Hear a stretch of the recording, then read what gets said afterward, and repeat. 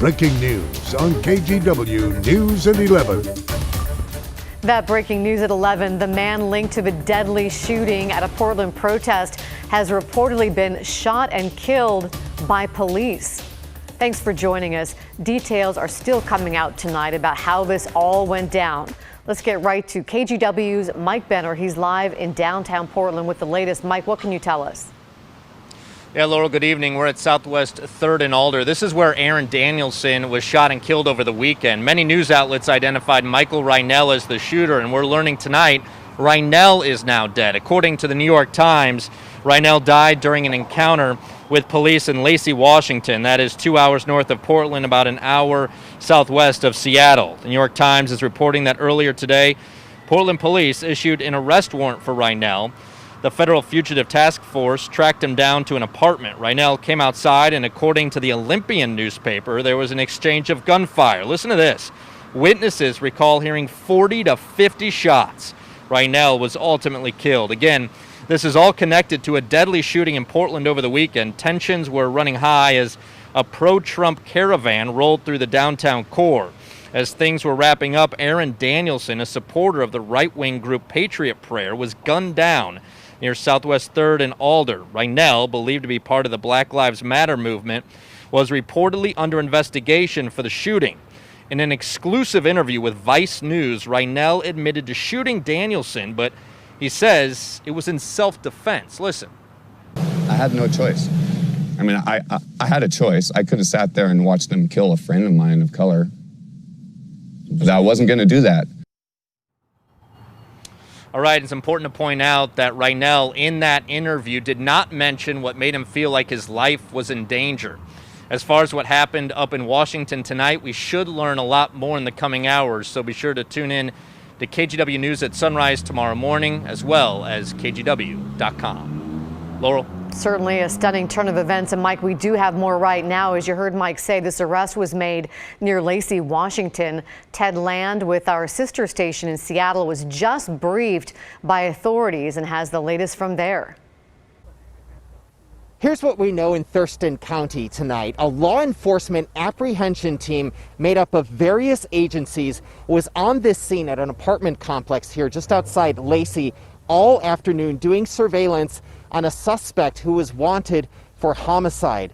The authorities here describe him as a male in his 40s. They were watching him, and they say that at one point that suspect exited one of these apartments, walked out to a vehicle, and they believe he was armed. They say he had some kind of confrontation with the officers on scene, and 4 members of this apprehension team fired on that man and killed him. The Thurston County Sheriff's Office, which is the lead investigative agency on this officer-involved shooting tonight, is not identifying the person who was killed here on scene, just saying he was a male in his 40s wanted for homicide. However, multiple national media outlets are reporting that suspect is Michael Reinell, the man reportedly being investigated in the shooting death of a Trump supporter during a protest in Portland on Saturday. This is still a very active scene here tonight with multiple law enforcement agencies on scene,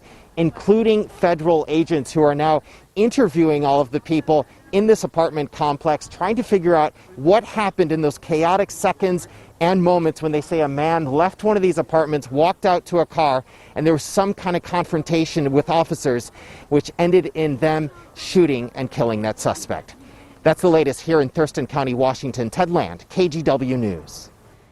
The announcement of Reinell's shooting death came around the same time President Trump tweeted this, calling out Portland police for not making an arrest sooner. He wrote in part, quote, "Do your job and do it fast. Everybody knows who this thug is. No wonder Portland is going to hell." He also tagged the Justice Department and the FBI. Meanwhile, tonight, protests continue in Portland. It has been nearly 100 nights. Dozens of people are still taking to Portland streets for nightly demonstrations, which, as we've seen, have often turned violent or at least destructive. Tonight, a group is gathered outside the Penumbra Kelly building on East Burnside. It has been the site of several riots over the past few months.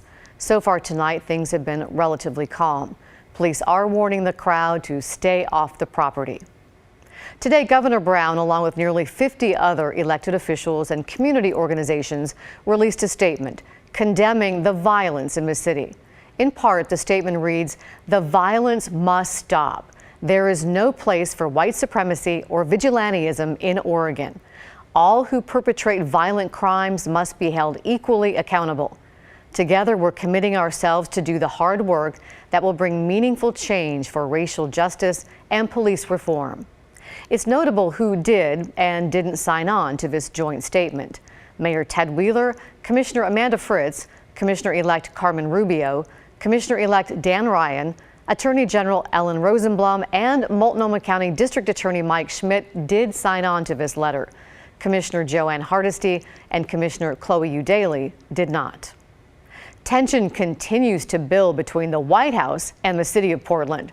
Today, Mayor Wheeler responded to President Trump's threat to defund certain cities, including ours. The president appears to be threatening to stop some or all of the hundreds of millions of dollars Portland is set to get from the federal government this fiscal year. Tim Gordon breaks it down. Portland City Hall and the White House couldn't be further apart.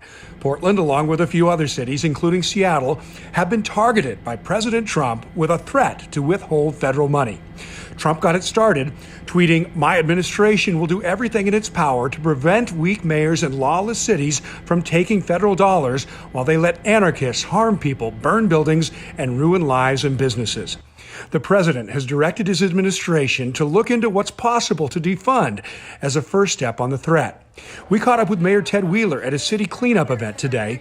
He first said this. I cannot respond to each and every one of the president's tweets. He has a lot more time than I do, apparently.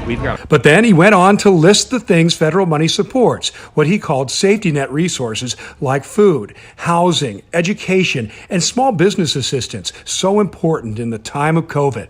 To even threaten to withdraw those resources because the president of the United States doesn't like the mayors of particular cities, it is both unconscionable and it is purely political. The White House says it is trying to get Democratic-run cities to behave and end anarchy, it says, is running rampant. We have to see a radical change in behavior from the mayor of D.C., who allowed a church to burn, from the mayor of Portland, who stood with the protesters only to be chased out of his own home, the windows shattered of his building by the very protesters he deemed peaceful, who were actually anarchists. Remember, there is a lot of rhetoric flying. Consider this on a beautiful day in the Rose City. Well, these are terrible and very incompetent people. Portland's been burning for many years. For decades, it's been burning. The governor's office is responding to the defunding threat, too, saying, yet again, President Trump is putting politics ahead of public safety and common sense. This memo is a piece of paper with no basis in the Constitution, meant to distract from the president's complete failure to address the COVID-19 pandemic. Despite all the rhetoric, maybe it's a little too soon to worry. A similar threat by Donald Trump over sanctuary cities a few years ago never materialized into anything. Tim Gordon, KGW News. Turning now to the pandemic. Today, the Oregon Health Authority announced 3 new deaths, bringing the total number of deaths in the state up to 470. 274 new cases of the virus were also announced today. And from this graph, you can see Oregon's daily case numbers have been decreasing, which is, of course, good news. With Labor Day weekend almost here, there is fear get-togethers will trigger a spike in coronavirus cases like we saw after Memorial Day and the 4th of July. Good news for Baker County. Today, Governor Brown announced the county successfully reduced the spread of the virus, enough to be moved off the state's watch list. 5 counties remain on the list: Jackson, Jefferson, Malheur, Morrow, and Umatilla. Governor Brown also announced a new prerequisite for counties to enter phase 2 of reopening. Counties with more than 100 cases must have their case counts reduced to 100 cases or less per 100,000 people per week. Multnomah County is looking to enter phase 2 soon. Dr. Jennifer Vines with the Multnomah County Health Department says taking precautions this holiday weekend is critical to keeping cases down.